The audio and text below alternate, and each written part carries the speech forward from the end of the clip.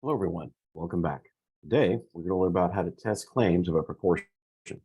So if you haven't already seen my previous video on the basics of a hypothesis testing, make sure you take a look at that because we did a bit of this already, and that will kind of help you understand what you need to know in order to test claims of a proportion. We're looking for examples specifically of this. So our goals, which are things also went into the previous video, are to understand the meaning of hypothesis and a hypothesis test, be able to test a claim about a proportion using the p-value method, and also be able to summarize the results of a hypothesis test.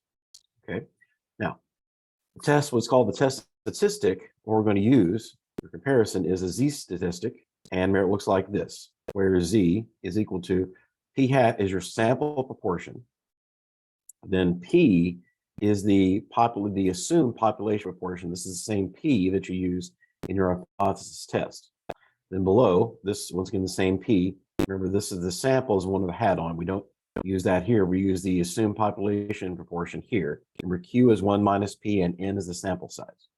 And this is valid as long as n times p is greater than or equal to 5, and n times q is greater than or equal to 5. That will be true in most cases, such as so we can use the normal distribution approximation to a binomial distribution. Now, we can also find p-values in Excel, but we're going to use the p-value test, p method. And once again, if you saw my previous video, we explained how this works, and we'll do some examples today. So this is how this indicates how you can find that in Excel. But today we're going to focus on using a program called StatCrunch. This is made by Pearson, and it can actually do everything really quickly, including calculating the test statistic, calculating the p-value, and also calculating your sample proportion. And it's actually a much quicker way of finding the information we need, so they can quickly go to actually analyzing it and understanding what it means. We're going to go through this, and so basically two cases, although we're mainly focused on the first case today. So we're going to open StatCrunch first, and if you have a summary of the data, and summary means you have the sample size, made the sample portion, or made the number of successes, then you go to, we'll show this there, stat and proportion stats in one sample with summary, then enter correct values. Actually, you put a space here, it looks better. But then if you have to have the data itself, it's virtually the same. That's a typo. Go to stat, then proportion stats, one sample, then I'm sorry, I didn't do a good job of correcting this first. Then with data, copied and pasted. And so basically what you have in that case, you'll want to already have your data in StatCrunch, and then you select the data you want, then do essentially the same thing. Let's take a look at our first example and see how this works. Let's go over here to the right and go ahead and read this one. And it says, in a sample of 167 children selected randomly from one town, of course, a random selection is important for our sample, it's found that 37 of them suffer from asthma. A healthcare professional claims that the proportion of all children, another stray mark there, that's odd. Okay. Healthcare professional claims the portion of all children in the town who suffer from asthma is greater than 11%. Okay, so first, let's write down what we know. And so our sample size N is 167. And this time, the number with asthma is, as you can see, going to be 37. This doesn't actually give us a sample portion, but StatCrunch will calculate that for us. Okay. Also, I didn't realize I didn't put an alpha here. So I should have said use, let me type that in. So use 95% confidence. And so if we use 95% confidence, that means our alpha then will be 0.05. Now, let's also write down our hypotheses. So remember, our null hypothesis is called H0. And once again, make sure I said if you've seen the previous video, you understand the basics of hypotheses. And then our alternate is called either alternate or H1 or HA. I'll call it HA this time. Actually, StatCrunch also calls it HA. And so this is about a proportion. Because you notice it mentions proportion. And also, if it was a mean, it would say something like mean or average. So in each case, we're talking about the population proportion, not the sample proportion. And we're going to make a claim about the population proportion. So it's probably easier in some cases to remember maybe to actually write down our alternate first. Remember, for our cases, our HO is always going to be P is equal to something. And then here it may be different. So the claim is here. The proportion of all children in the town who suffer from asthma is greater than 11%. So the claim is going to be, the alternate hypothesis is going to be greater than, and we'll put this as decimal 0.11. And so then H0, our null hypothesis, is that it's equal to 0.11. And once again, it's not so much that we expect it to be equal to 0.1, we just need something to compare the claim to, okay?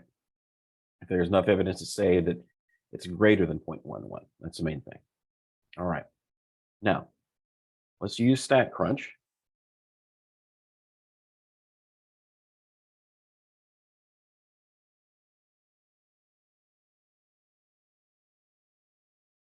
And we'll explain how to do that and also get the data we need. So if you have a Pearson type course like a MyLife Statistics, look at your choices over here, go to StatCrunch. And then you click on the StatCrunch website, okay? Make sure you can open it, then open StatCrunch.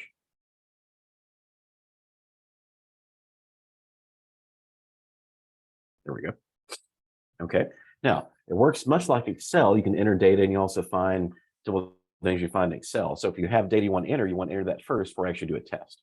All right, so remember our goal, our process, or how to get there is start with stat, then go down, there's several choices, go down to proportion stats. And here we say have two choices, one sample, two sample.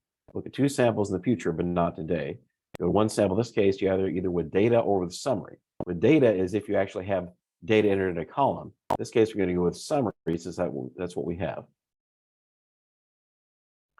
Okay, now this time it gives us, we don't actually enter the sample portion, it gives us number of successes, number of observations. So here our number of observations was 167. Now, number of successes, that was the number with asthma. We wouldn't really think of having asthma success, but just for the purpose of the test, remember a portion is basically either success or failure. So that was 37. So 37 children had asthma. Okay. And here we don't have to enter very much. We have to enter the correct hypothesis. Okay. So here default is 0.05. We need to change that to 0.11, comparing it against that. And here for our null hypothesis, for our alternate hypothesis, we have this pull down menu where we can choose either the three possibilities of not equal to, less than, or greater than. In this case, we wanted greater than. So verify our null hypothesis right. So P, the population proportion, is equal to 0.11, or the alternate, it's greater than 0.11. And actually, that's all for the p-test. P-value test is all we have to do. There are other options if you want to do the confidence interval, if you want to do the critical value method. This is all we have to do here. Click compute. And this little window gives us what we need. What I'm going to do, I'm going to copy this and then plug it into our value. Actually, if you hit close, you can actually see you can come back to it in the future if you want to for that test. Now, let's go back where we were. Let's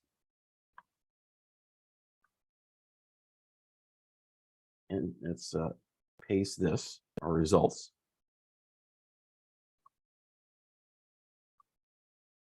Okay, now let's see what we have from our results. So what it gives us then is one thing, our sample proportion, so our p hat in this case is, I'm going to do two decimal places, 0.22. Now, remember that's the same sample portion you would calculate if you used this formula. So if that's the thing you want to try on your own, just make sure you get the same thing if you do it manually. Okay, now also make sure our counts in total are correct. The standard error is not something we have to fool with right now, but also our z-stat is important. Okay, so our z-stat, I'm sorry, the sample portion, I'm sorry, take it back.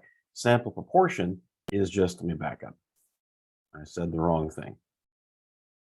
Sample proportion is just 37 over 167, which should be approximately 0.22. Now our z-statistic is, sorry, what you calculate here. Okay, if you do it by hand, it's something you might want to verify or check on your own. So the z-statistic is 4. I'll do two of the places again, 4.61. round it off, okay? But if you plug everything in, it'll be that. And also then our p-value doesn't actually give us the value, just says it's less than 0.0001. It's very small, and that makes sense because if you remember the basic shape of your standard normal distribution, 4.61 is pretty far from the mean, okay? So in a picture, if we do a picture, what we have is once again, here's our standard normal distribution or sampling distribution. The actual p should be right here, which is 0.11, okay? And way over here is this z-stat equals 4.61, okay? And also, since we're talking about greater than, and this area right here is less than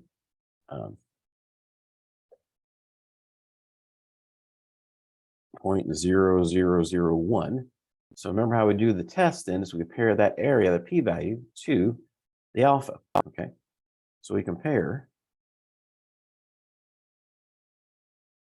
okay, p compared to the value, compared to alpha, and we see it's less than alpha because alpha was 0.05 and this p-value, whatever it is, it's actually less than 0.0001. So what that means then, we reject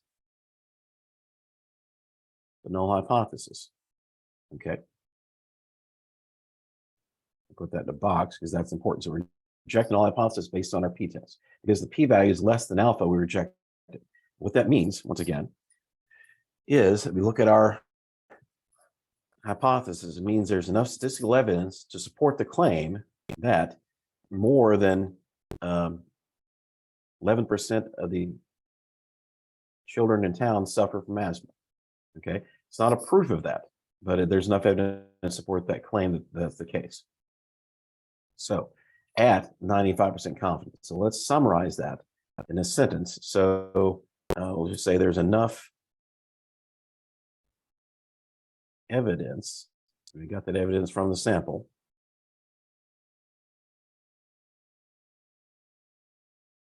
to support the claim that more than 11% of the children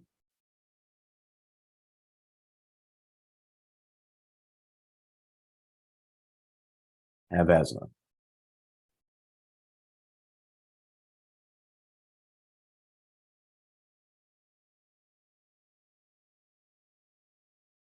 I'll say at 95% confidence.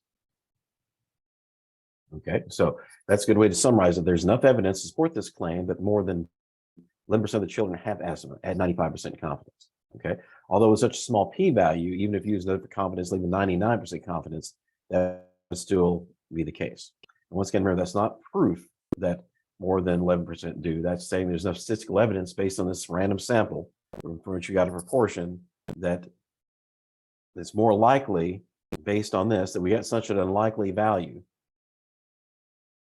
Our test is such an unlikely value so far from the mean for this sample that it's more likely, the question is what's more likely, that the average actually is 11% and we got a really unlikely value. In this case, we're saying it's more likely that the average is actually larger. It's not the average, I'm sorry, proportion is actually larger than 11%. Okay, good. All right, number 2. I need to move this up some. There we go. Okay, so number 2, similar problem. There's a random sample of 860 births in New York, included 426 boys. Use a 0.05 significance level to test the claim that 51.2% of newborn babies are boys. The results support the belief that 51.2% of newborn babies are boys. Okay, let's collect the same information we had before. So our sample size is 860. It's our N. Our number of boys, or think of it as number of successes statistically, is 426. Our alpha gives us that. Significance level is 0.05. Okay. Now let's do our hypotheses. So our null and our alternate. I call null the alternate H1 this time, either H1 or HA. Once again, this is about proportion. Since we're given percentages, it's something about average or mean. Okay. The null hypothesis is always equal to something. So let's figure out what the alternate is this time. All right. So it says the claim is the claim that 51.2% of newborn babies are boys. Okay. So in this case, the claim is actually the same as the null hypothesis. Let's put this as decimal. So 0.512, that's 51.2 is a decimal. So the alternate, if the claim is the same as this, it doesn't mention anything about greater than or less than, then our alternate is going to be that they're not equal to 0.512. Okay. Now, once again, let's go back to StatCrunch.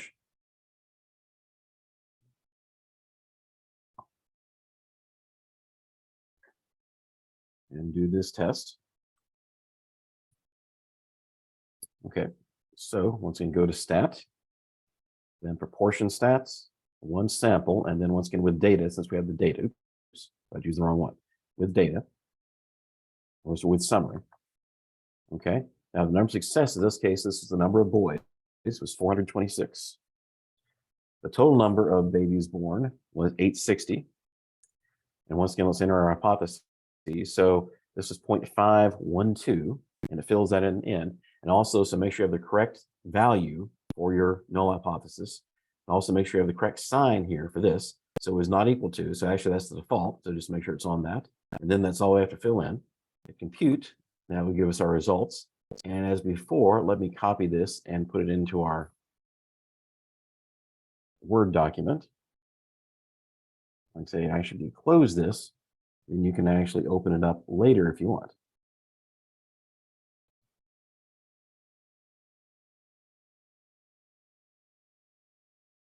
Yeah, results. So if you want to look at those results again, you can.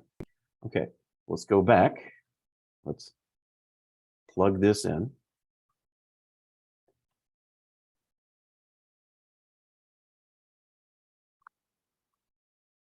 Okay, let me also, I can shrink that or not, maybe not, but that's okay. Okay, let's look at this. Let's get the information we need. And actually, I may put some information over here just so I can have a little more space. Okay, now our p hat, our sample proportion, is just 426 divided by 860. And that I'm going to put the 2 decimal places. That's going to be 4.50. So that makes it nice. So 2 decimal places is 50%. Okay. Now, my Z stat, which would be the same as this, if we use this by hand, you can check that if you want, is once again 2 decimal places negative 0.98. Okay. Then our P value is 0.3286. So we draw a picture of what we have. Remember, this is a two-tail test. And what that means is that here, we're basically thinking about this Z-stat, okay? So once again, here's the center of our sampling distribution, the actual P, we're assuming to be 0.512. And here is our Z equals negative 0.98. And actually here, we'd actually want to think about both. Also, the positive version, this is what's called a two-tail test, 0.98, is basically then our p-value is basically divided into two parts. Okay. This here is the p-value divided by 2, and over here is also the p-value divided by 2. Okay, since it's a two-tail test. And so the question is essentially is, once again, I'm still doing exactly the same thing, it's just the way it would look. Okay. And so is this value, is this Z value of negative 0.98 or 0.98, is it far enough from the mean? Is it unlikely enough that it looks like could it happen by chance? Is it unlikely enough that it happened by chance? Or is it reasonable it could happen by chance? Or is it most likely that this as a mean or as an average or this proportion for this is an average of the sample distribution, this proportion is incorrect. Okay. So once again, we compare the p-value.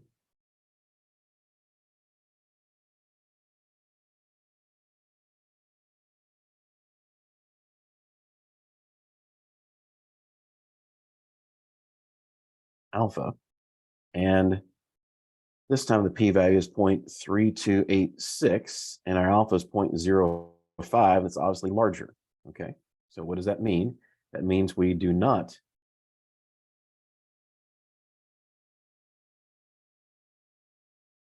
reject the null hypothesis. Okay, so we don't reject it because our p-value is too large. That's quite large. So basically what that means is that if this was the actual proportion, that's getting a sample with this z-score would not be that unusual, not be so unusual that there's enough evidence to say this is not the actual proportion. Okay, so to summarize that, then we would say there's not enough evidence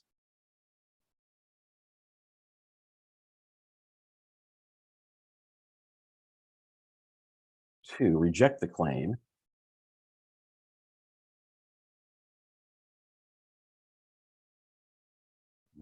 that 51.2%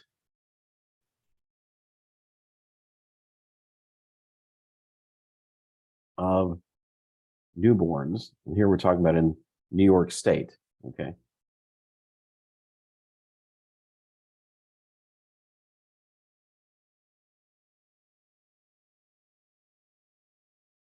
in New York State are boys at 95% confidence. That's the confidence that corresponds to a significance level of 0.05. Okay, so we're saying there's not enough evidence to reject that claim of that there are 1.2% of newborns in New York State are boys at that confidence level. Pretty much any confidence level. Once again, that doesn't imply this is true. Okay, that it's 51.2%. Just simply that our results are not strong enough or not unusual enough to reject that claim or say that that's not the likely proportion. And with such a large p-value, that probably wouldn't fit from any meaningful confidence level. At your confidence levels, you want it to be something fairly high, like 90% or 95% or more. Okay. Number 3. First, let me move this up a bit.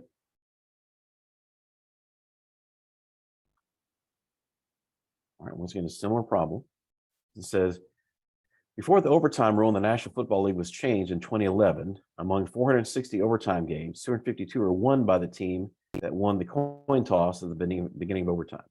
Using a 0.5 significance level, test the claim that the coin toss is fair in the sense that neither team has advantage by winning it. Does the coin toss appear to be fair? So the idea here, if we're with the NFL, was that basically the overtime in the NFL was kind of like a sudden death. So whoever scored first under any conditions was an overtime was the winner. And so basically they suspected that there was a big advantage in actually winning the coin toss, because then all you have to do is get the field goal or something like that to win. So they've changed the rules slightly now. So if the first team gets a field goal, then the other team at least gets one chance to score itself. Now, but let's test the claim anyway. So once again, collect your information. So our sample size is 460.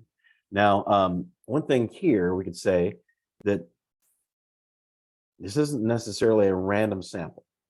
So that's the one thing to keep in mind here, because they're talking about 460 overtime games. So that's not to say random sample. Now, still, you could get useful information with this claim, but still just have to keep that in mind. If you have to think of it as kind of a random sample out of all possible games, it could be played. All right. Then the number of successes, overtime wins, and once again, I'm simplifying this for those who got the coin first, won the coin toss, is 252. And our significance level, once again, our alpha is going to be 0.05. And so then let's use our hypotheses then. H0 and HA. Let's see, this is about proportion. And of course, H0 is equal to something. All right, let's think about what this means. We have to think a bit more. So the claim that the coin toss is fair in the sense that neither team has advantage of winning it. Okay, So if it's fair, what would fair mean? Well, for a fair coin, the chance of getting heads or tails is 50-50. Okay. So the proportion of heads, a portion of one team, getting one choice or another should be 50-50. So this should be 0.05. Okay. Now then essentially, like the one before, this is essentially the same as our claim. Okay. The null hypothesis is the same as the claim, meaning that it's the portion who win, based on the coin toss should be 50%. And then the alternate would be not that. It also doesn't mention greater than or equal to that. Okay. So once again, from StatCrunch,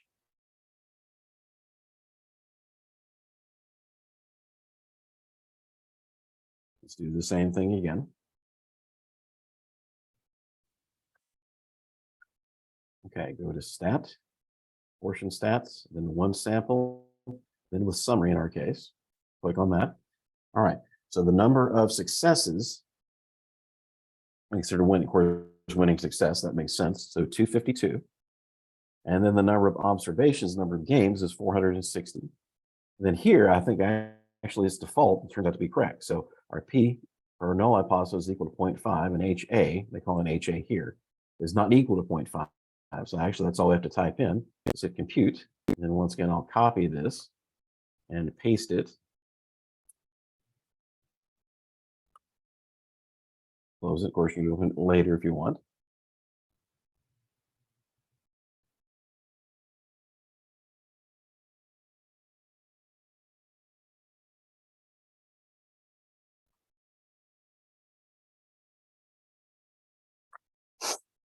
Okay, so let's take a look at what we're given then.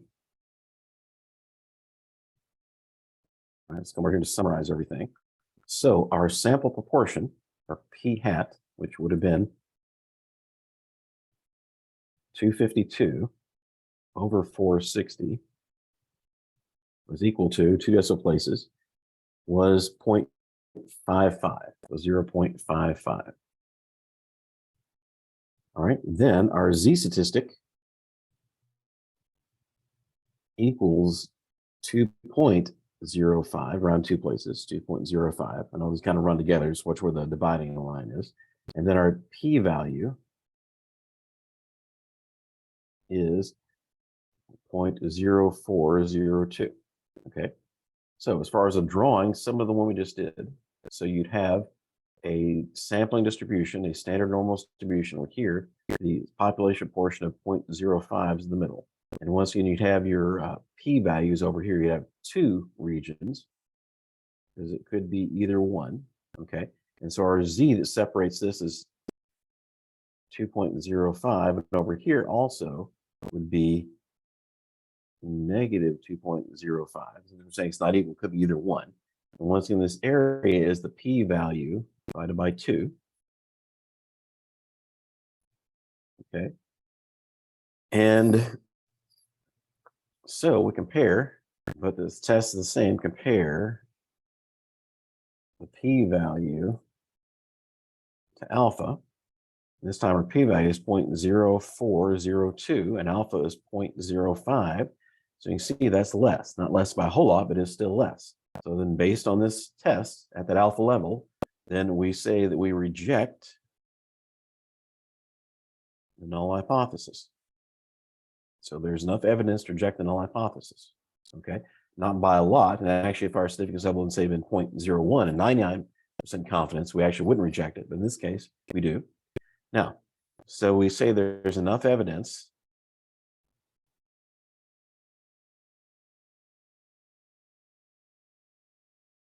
to reject the claim.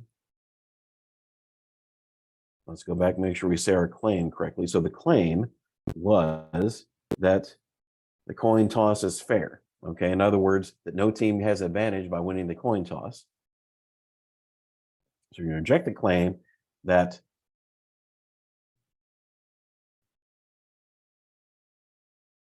coin toss is fair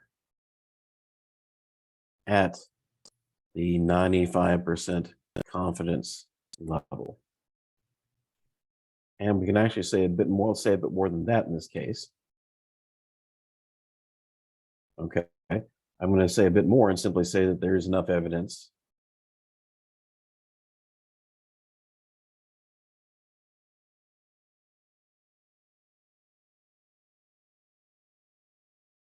to, I'll say to support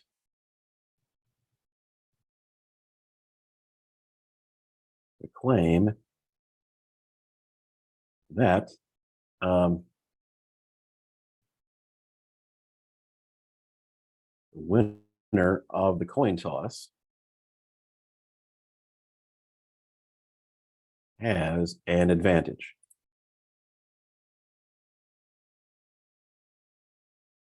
Okay, so based on this test, there's enough evidence to say the winner of the coin toss has an advantage. It's not a guarantee, it's not a proof. There's enough evidence based on this test to say that. Okay, but ideally, you want the coin toss to be fair. In other words, no team should have an advantage, but based on the evidence we have, there's enough evidence to say that that's not the case. Okay, then one more. Once again, let me move this up.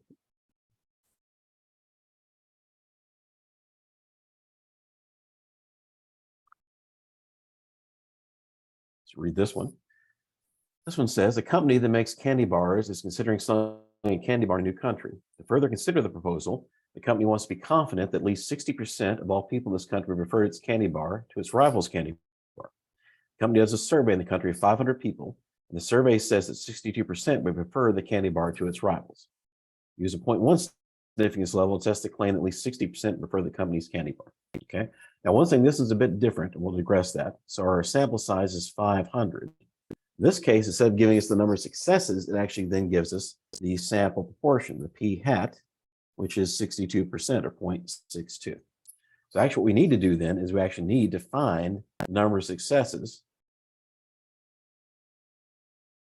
In this case, the number of successes is the number of people who prefer the candy bar. So the way to do that is just 0.62 times 500. And if you plug that in, you get 310. So we just have to do a bit of extra work there, make sure that's clear to everyone. In this case, instead of giving us the number of successes, it gives us the sample proportion. And so we just plug that in and get 310. So I actually need the 310 to enter into StatCrunch. And this time also our alpha is a bit different. Alpha is 0.01, so a higher standard, okay, than 0.95. Okay, now our hypotheses. Just as before, so H1 and HA, H0 and HA. So about our population proportion, of course, H0 is equal to something. Now, once again, let's look at the claim. This company tests the claim that at least 60% prefer the company's candy bar. Okay. Now, what does at least mean? So typically, at least would mean greater than 60% or greater than equal to 60%. Okay. But here we'll just do greater. And I should do this as a decimal 0.06 or 0.6. Okay. So technically at least would mean greater than or equal to, at least. But here we're just going to use greater than, because base the difference in greater than equal to statistically would be very little in a continuous distribution. Okay. So here are our hypotheses. Once again, let's use StatCrunch.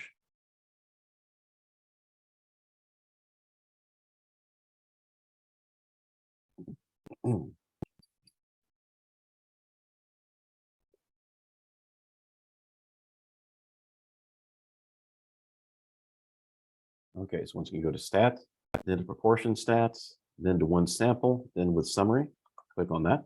All right, so you said the number of successes was 310 out of 500. And then the sample portion was 0.6 and greater than 0.6. So make sure that's equal to 0.6 and then click greater than 0.6. And then for the p-value test, that's all we have to do.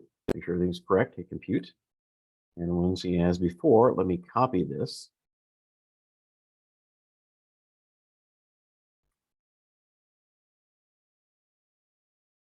And plug it in.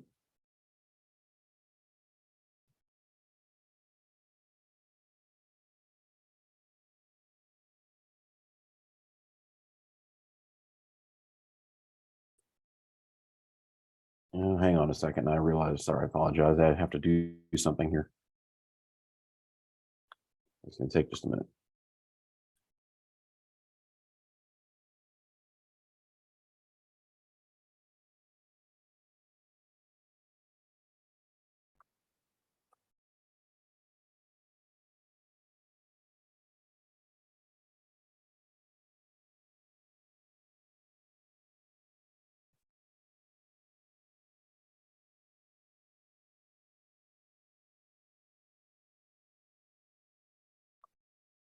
Okay, I have to move this up. I didn't actually put any space in the end, so I apologize for that. And what just happened? Okay, there we go. Now, then erase this.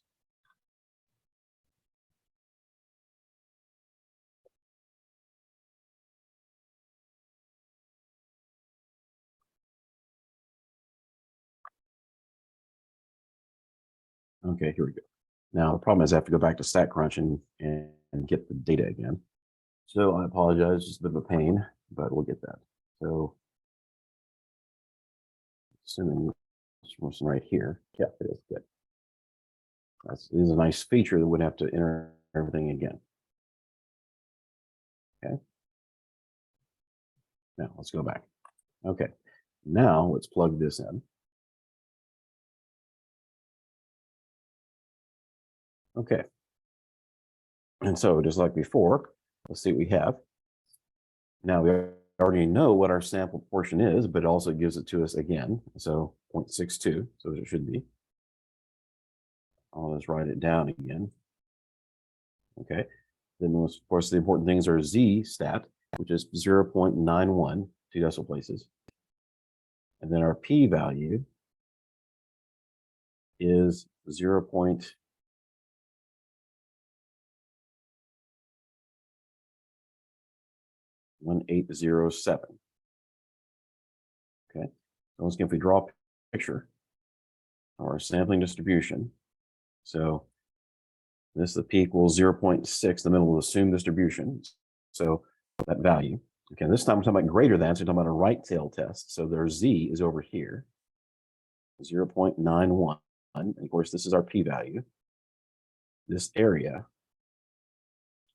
And remember, the idea of the P value is that what's in this area right here are values that are at least or more extreme further from the mean than this value. And so if this area is smaller than our critical value, then basically saying the probability of getting something from this area, including this Z's value, is a lot smaller than our alpha. So same thing we compare.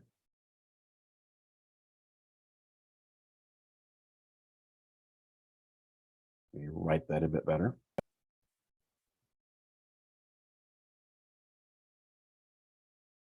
So we compare the p-value, alpha. Alpha is 0.01 this time. Our p-value is kind of large at 0.1807. You can see that's larger than alpha. And even if we'd used a 0.5 or even 0.1 alpha, that would still be larger. Okay. So this means that we don't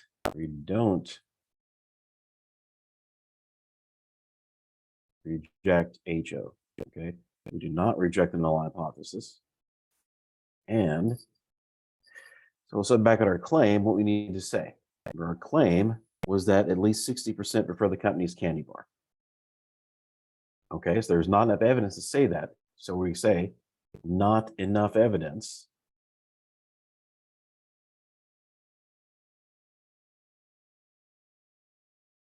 to support the claim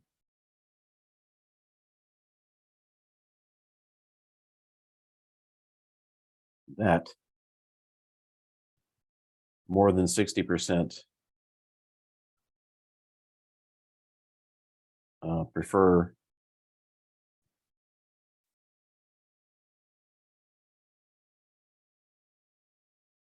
this company's candy bar to its rivals.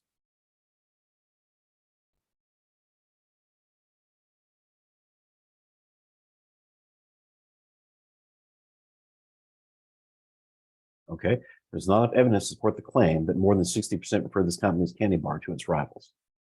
Okay, once again, it doesn't mean it's not true, but there's not enough evidence based on the survey to support this claim. So in real life, you might have options. Well, possibly I consider doing a larger survey. This is a 500, maybe 1,000 or 1,500, 2,000. See if you get, with a larger survey, then you should have more. That would obviously, larger survey typically is better in that sense. Of course, it'll also take money and time. But based on this information, there's not evidence to support this claim. So this is kind of what might happen in a real business case. Then if you want to enter this market with this candy bar, then this is some evidence that may not be a good idea. If you're not certain you're not confident that at least 60% would prefer it, then it may not be a good business decision. Okay. And I realize there's probably more going into than just one survey like this, but get the idea. Information like this is how a lot of times companies make decisions. Okay. So what we've done today is we've looked at some examples, specific examples of testing a claim about proportion. So we've learned how to use StatCrunch to do that, learn to find basically how to do the z-scores and do a p-value test, and also how to summarize the information, summarize the results. Thank you. Have a good day.